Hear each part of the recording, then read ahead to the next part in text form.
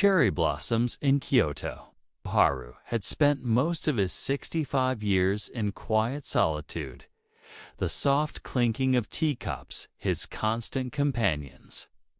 His life as a tea master in Kyoto had been devoted to tradition, to the subtle art of harmony, respect, purity, and tranquility, the four principles of the Japanese tea ceremony. Each morning he prepared his tea room meticulously, arranging utensils with deliberate care and considering the balance of every gesture.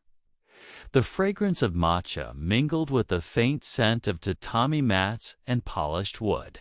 Though he had dedicated himself to his craft, there was a subtle ache in his heart, a quiet longing for companionship that he had convinced himself he no longer needed.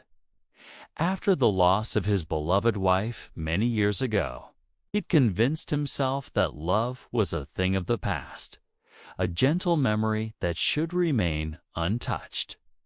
Across the city, Aiko moved gracefully among her ikebana arrangements, the 62-year-old artist as disciplined in flowers as Haru was with tea.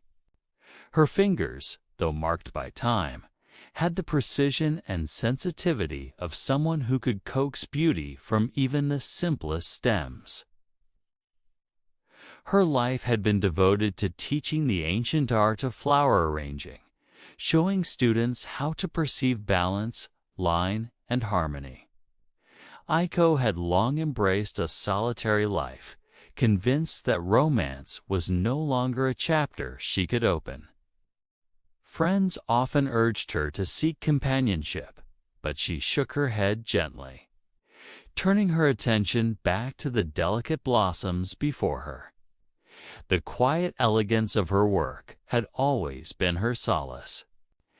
It was the beginning of spring when Kyoto transformed into a city of pink and white. Cherry blossoms unfurled across streets, temples, and riverbanks, and the air carried a sweet, ephemeral scent that hinted at impermanence, the fleeting beauty of life. During the annual Sakura Festival, Haru's tea house hosted a special outdoor ceremony under a canopy of blossoms. The city's tourists and locals gathered in anticipation, but it was Aiko who quietly approached, her steps careful on the soft petals carpeting the ground. She had heard of the festival through students and decided to see the tea ceremony for herself. Curious about the intersection of tradition and nature, Haru noticed her immediately. The way she paused to observe the subtle arrangement of the tea utensils and the respectful bow she offered before the ceremony. Their eyes met briefly, a spark of recognition passing between them and an inexplicable feeling that neither could fully name.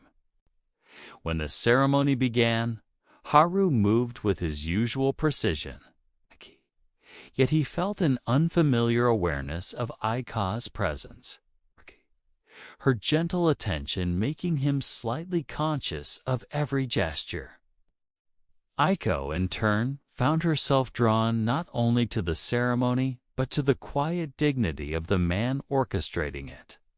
She watched as he whisked the matcha into a frothy perfection, each movement deliberate, each pause meaningful. The tea, warm and bitter, carried with it centuries of practice, yet in that moment it seemed to speak directly to her heart. After the ceremony, guests mingled under the cherry trees, admiring the petals that fell like soft pink snow. Haru offered to explain the ritual to those who were unfamiliar, and Aiko found herself lingering by his side, asking gentle questions about the utensils, the folding of the cloth, and the symbolism behind each gesture. Haru was patient, surprised at how naturally the conversation flowed. He noticed the grace in Aiko's movements, the thoughtful way she observed everything, and the subtle warmth in her smile. For the first time in decades, he felt a flutter, a reminder that life could still offer unexpected joy. Aiko, intrigued by his knowledge and presence, shared her passion for ikebana. She explained the principles of line, form, and space, demonstrating with a few blossoms she carried with her. Haru listened intently, fascinated by the similarities between their arts, the shared focus on harmony, patience, and attention to detail. He admired the way she held the stems, how her fingers seemed to anticipate the flower's natural growth. He realized that even in their long solitude, both had cultivated a sensitivity and grace that now connected them in ways words alone could not capture. Days passed, and they began meeting more frequently. Some mornings were spent in quiet collaboration under the cherry trees, arranging flowers beside the tea ceremony table. Haru taught Aiko the subtleties of pouring tea, the correct posture, the rhythm of movement. In return, Aiko guided him in arranging flowers, showing how the slightest tilt of a stem could transform the space, how balance could be achieved in asymmetry. Their laughter mingled with the soft rustle of petals, a gentle music in the background of a city alive with spring. In these moments, both felt an ease and connection that went beyond mere companionship. One afternoon, Haru suggested a walk along the philosopher's path, the canal lined with cherry trees in full bloom. As they strolled side by side, petals swirled around them like pink snowflakes. They spoke of their pasts, carefully at first, revealing snippets of their lives. Haru recounted his early years learning the tea ceremony from his master, the deep love he had once known, and the quiet grief that followed her passing. Aiko spoke of her dedication to teaching ikebana, the satisfaction of shaping beauty, and the quiet moments of solitude that had been her sanctuary. Each story was met with understanding, nods, and soft laughter.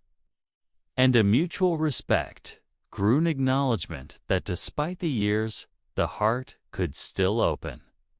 Their connection deepened with shared experiences beyond their crafts. They visited temples, attending small festivals and traditional performances, savoring tea in hidden gardens and enjoying quiet meals at local cafes tucked into narrow Kyoto streets. Language was never a barrier, for their understanding was rooted in presence, gestures, and shared appreciation for beauty. They discovered a rhythm in their days. Mornings filled with creation, afternoons of exploration, and evenings beneath the cherry blossoms, reflecting on the fleeting yet profound beauty around them. As the festival reached its peak, Haru and Aiko organized a small event for local students and tourists, a combined tea and ikebana demonstration beneath a canopy of cherry trees. The event was simple, elegant, and intimate. Participants learned the subtle gestures of tea preparation while observing the delicate flower arrangements. Haru and Aiko moved in quiet synchrony, the shared movements reflecting the harmony they had discovered in each other. Guests commented on the beauty of the pairing, the art of tea, the art of flowers, the gentle connection between two individuals whose lives had been separate, yet now intertwined. Throughout these weeks, both faced moments of doubt. Their age, the habits formed over decades of solitude, and the lingering fear of vulnerability created quiet hesitations. Yet each challenge was met with patience, gentle conversation, and shared laughter. Haru discovered that opening one's heart was not a matter of time, but of courage, and Aiko realized that love did not fade simply because years had passed. Together, beneath the cherry blossoms, they found reassurance in small gestures, a hand held briefly, a shared smile over a perfectly shaped flower, the quiet understanding that they were no longer alone. One evening, after the festival ended, the city quieted, leaving only the soft rustle of petals in the night air. Haru and Aiko walked to a secluded garden where a single, ancient cherry tree stood in full bloom. He offered her a cup of tea, carefully prepared, and she presented a small ikebana arrangement she had crafted for him. They exchanged bows, a traditional sign of respect and affection, and then, in silence, shared their first kiss. It was gentle, tentative, yet full of the accumulated warmth of decades. In that moment, the weight of the past fell away, leaving only the promise of shared days ahead. Following that evening, Haru and Aiko continued to deepen their bond. They created a small collaborative space in Aiko's studio, where tea ceremonies and flower arranging were taught together. Local students and visiting tourists were welcomed, guided by the harmony of their partnership. Haru and Aiko's daily interactions became a source of inspiration, demonstrating that love, creativity, and cultural tradition could intertwine beautifully, regardless of age. As spring faded into summer, the cherry blossoms gave way to lush greenery, but the memory of the pink petals remained vivid. Haru and Aiko often returned to the festival sites, reflecting on their journey from two solitary lives, uncertain of love, to a shared existence filled with connection, creativity, and joy. Their story became quietly known among the community, a testament to the resilience of the human heart, the enduring beauty of Japanese traditions, and the way unexpected encounters can awaken the soul even after many years. Through tea, through flowers, and through the patient cultivation of understanding and respect, Haru and Aiko proved that life's later chapters could be as vibrant and meaningful as the earliest. They found in each other a companion, a muse, and a reminder that the world still held surprises, warmth, and the possibility of love blooming anew. Beneath the soft petals of Kyoto's cherry trees, they celebrated not just a festival of spring, but a festival of hearts, discovering that even in the later seasons of life, the soul could still dance in harmony, and the heart could still open wide. And so, every year, when the cherry blossoms returned, Haru and Aiko returned to their favorite spots in Kyoto, tending to their arts, welcoming visitors, and holding hands beneath the trees. They smiled at the petals falling around them, a quiet reminder of impermanence and beauty, of the resilience of love, and the enduring power of connection that knows no age.